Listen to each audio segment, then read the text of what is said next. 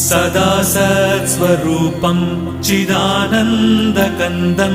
जगत्सम्भवस्थानसंहारहेतुं स्वभक्तेच्छया मानुषं दर्शयन्तं नमामीश्वरं सद्गुरुं साईनाथं नमामीश्वरं सद्गुरुं साईनाथं भवध्वान्तविध्वंसमार्ताण्डमीड्यं मनोवागतीतं